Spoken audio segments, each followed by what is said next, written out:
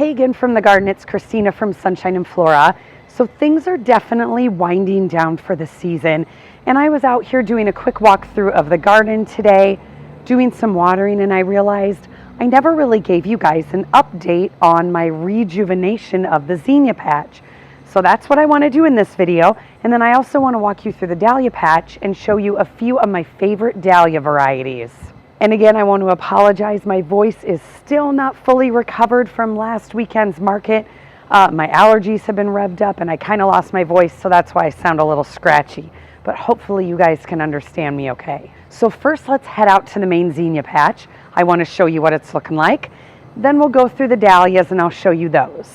So I have two zinnia patches that I cut and rejuvenated I want to show you.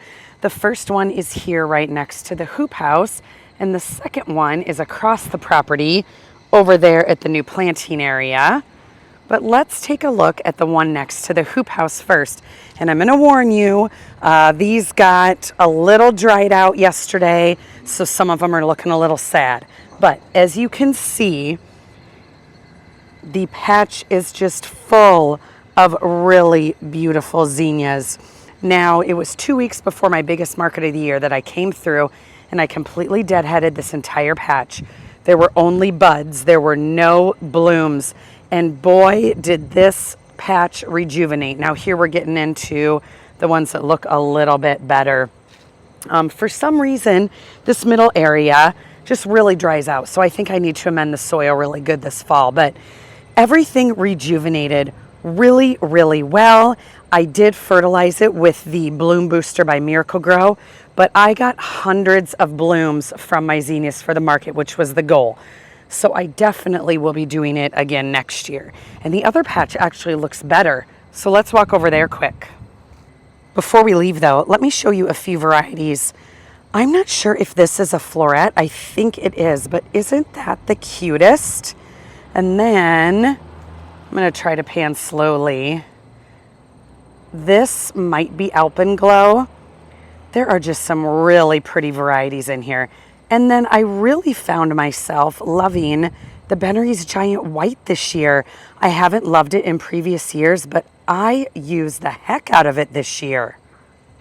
Another variety that I really found myself using a lot was the Bennery's Giant Purple. It was just such a nice, bright, vivid color that mixed with so many of my different flowers. All right, so walking into the other patch, I have a little bit of Gomphrena here. I have a couple varieties of Celosia, or Celosia, however you call it. I have been pulling these and saving seed, which is probably a video that you just saw. But anyway, here is one big row of zinnias. I have another one over there. These are looking much better, and these were planted later than the others, and so they are not quite as sad. But these are mostly Bennery's Giant.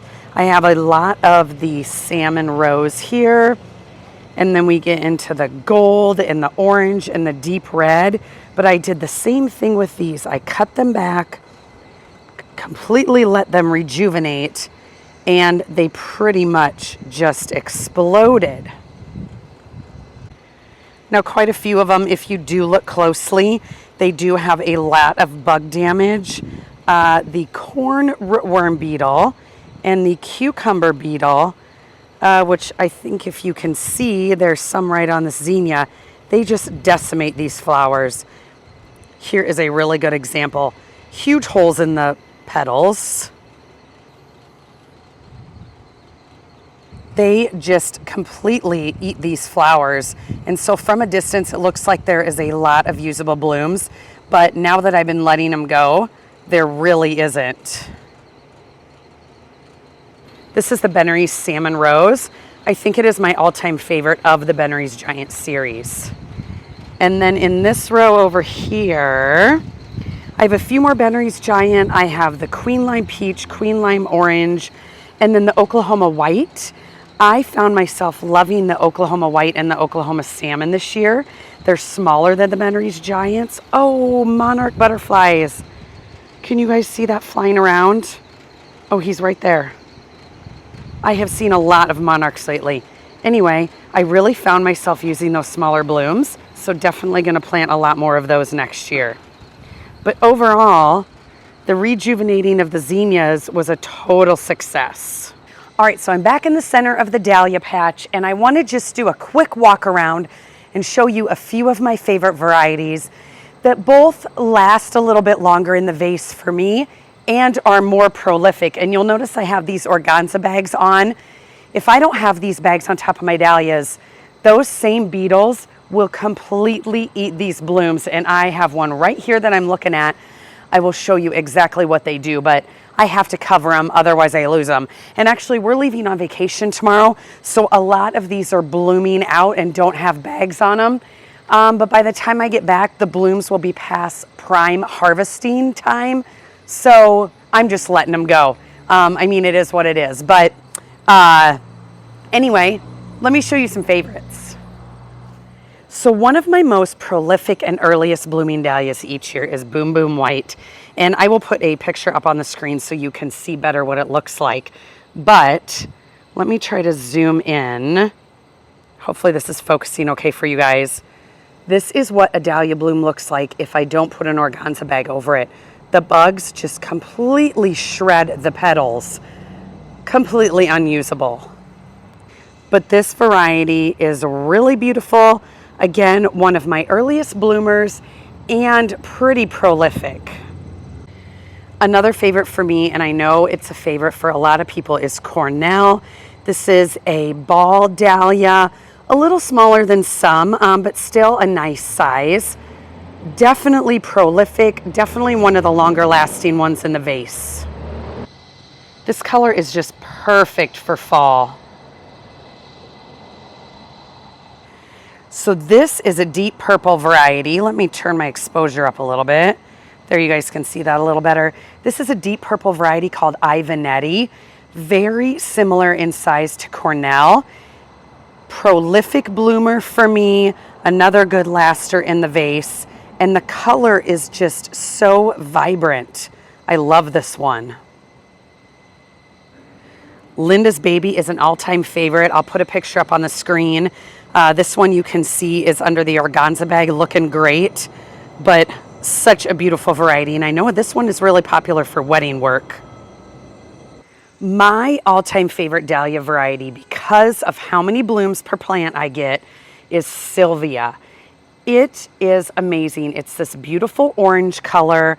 It's super prolific. It's another variety that lasts long for me in the vase. And this is the perfect color for summer into fall.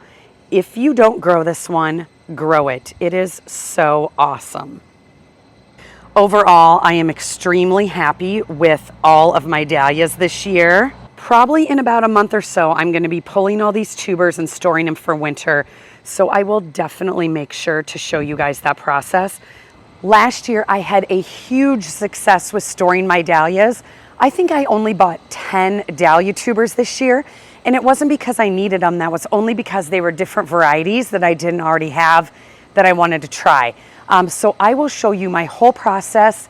Because I was able to store all of my dahlia tubers from last year and replant them, it saved me probably $2,000, which is a really big chunk of money, compared to just buying seeds. Dahlia tubers are so expensive. So anyway, watch for that video in about a month. But overall this year, super happy with my dahlias and super happy with my zinnias. Okay, so that's going to do it for this video. I hope you enjoyed seeing a couple of these updates. Stay tuned for a lot more yet this cut flower season. I just received a plug shipment of perennial plugs for cut flowers. I'm going to be getting those planted, so I'll share that with you. And then, of course, still harvesting. I'm going to save my dahlia tubers. I'm going to be storing those for winter, replanting the hoop house, so many things. So make sure to subscribe to the channel and stay tuned for a lot more. We'll see you soon.